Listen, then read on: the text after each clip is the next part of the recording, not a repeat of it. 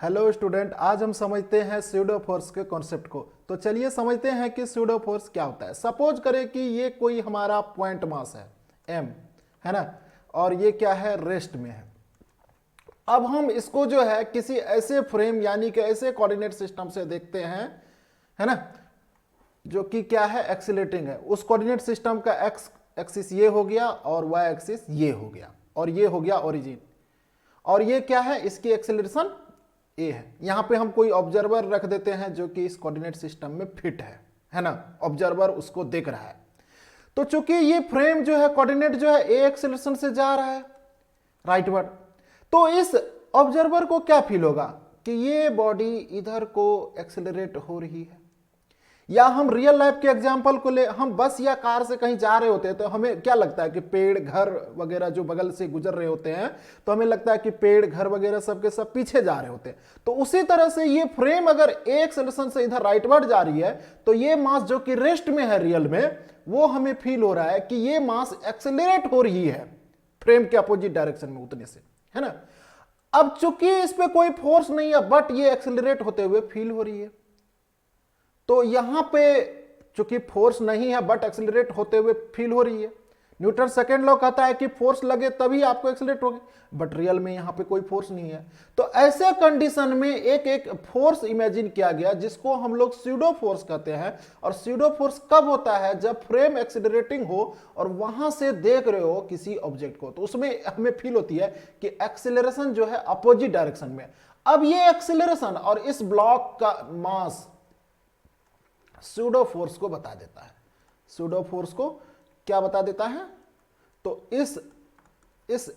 इसका मास और फ्रेम का एक्सीलरेशन, और इसकी डायरेक्शन किधर होती है, तो फ्रेम के एक्सीलरेशन के अपोजिट डायरेक्शन में। अगर ये वेक्टर है ए तो यहां पे माइनस साइन लगा दोगे, निगेटिव साइन ये बता रहा है कि फ्रेम के अपोजिट डायरेक्शन में होगी स्यूडो फोर्स, है ना। इसको और भी अच्छे तरीके से समझने के लिए मैं एक एग्जाम्पल ले रहा हूं जो आपके कॉन्सेप्ट को और भी सॉलिड कर देगा।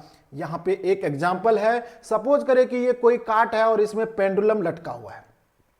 कोई काट होता है ना, उसमें पेंडुलम लटका हुआ होता है। अगर ये काट ए एक्सेलरेशन से जा रहा है तो दो ऑब्जर्वर इसको देख रहा है। एक तो उसी काट में जो खड़ा है ए, वो देख रहा है, और दूसरा ऑब्जर्वर बी है जो कि बाहर में है, खड़ा है रोड पे, देख रहा है। तो ये पेंडुलम क्या है, इस काट के साथ जा रहा है, और वो अगर ए एक्सेलरेशन से ये काट जा रहा हो तो ये क्या होगा, कुछ ना कुछ पेंडुलम वर्टिकल के साथ एंगल बनाएगा, और ये पेंडुलम का जो मास है एम ले लेते हैं।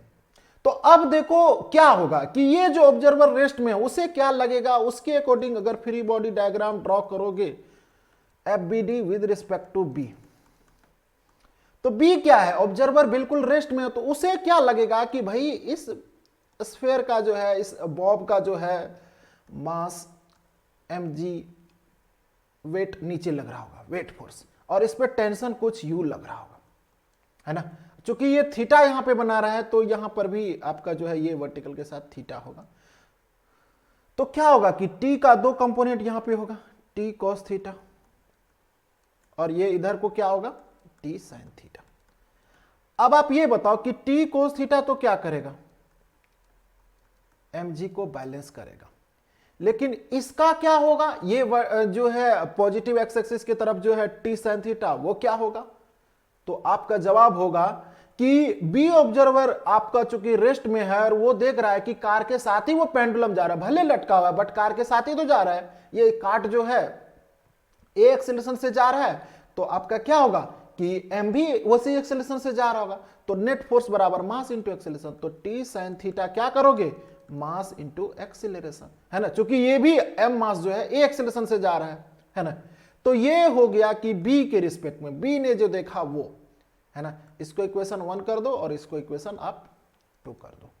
अब हम कह रहे हैं कि अगर ए देखे तो क्या कहेगा, भाई ए कहेगा कि ये जो स्फेयर है या ये जो पेंडुलम है हमारे साथ ही चल रहा है, हमारे साथ चल रहा है, मतलब हमारे रिस्पेक्ट में इसकी एक्सेलरेशन 0 है, क्योंकि हमसे ना दूर जा रहा है ना पास हो रहा है। ये कहेगा हमारे नजर के बिल्कुल सामने है। तो क्या होगा इसके लिए फ्री बॉडी डायग्राम, तो मैं लिख रहा हूं F B D with respect to A. तो ए के रिस्पेक्ट में फ्री बॉडी डायग्राम आप करोगे ड्रॉ, तो क्या होगा, यहां पे तो आपका जो है mg नीचे होगा, है ना, और t कुछ u होगा। और आप ये बताओ, ये थीटा एंगल हो गया, तो ये क्या हो गया t cos थीटा, और ये क्या हो गया t sin थीटा।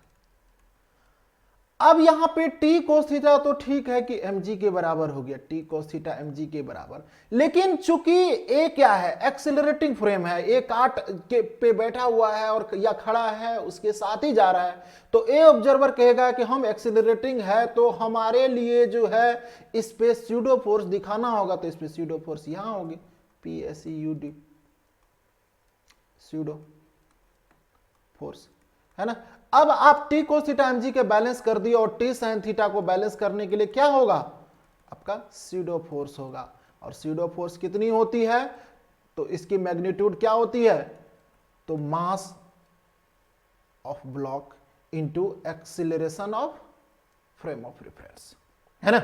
तो ये हो गया स्यूडो फोर्स। यहां पे देखो कि ये इक्वेशन 2 और इसका भी अगर ये 2 ले लो तो दोनों एक जैसा लगता, बट एक है नहीं।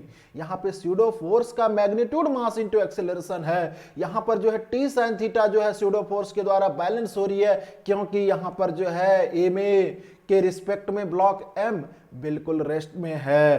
तो ये हो गया स्यूडो फोर्स का कॉन्सेप्ट। स्यूडो फोर्स में इतना ही ध्यान रखना है कि कोई एक्सेलरेटिंग फ्रेम हो तो उसके रिस्पेक्ट में देखेंगे तो उसमें हमें क्या दिखता है कि कोई भी ब्लॉक में क्या है कि एक्सेलरेशन अपोजिट में है फ्रेम के एक्सेलरेशन के, और वो एक्सेलरेशन और मास का प्रोडक्ट जो है स्यूडो फोर्स होता है। इसकी डायरेक्शन किधर होती है, तो फ्रेम के एक्सेलरेशन के अपोजिट डायरेक्शन में। आशा कर रहा हूं कि हमारा ये लेक्चर आपको समझ में आया। Thank you.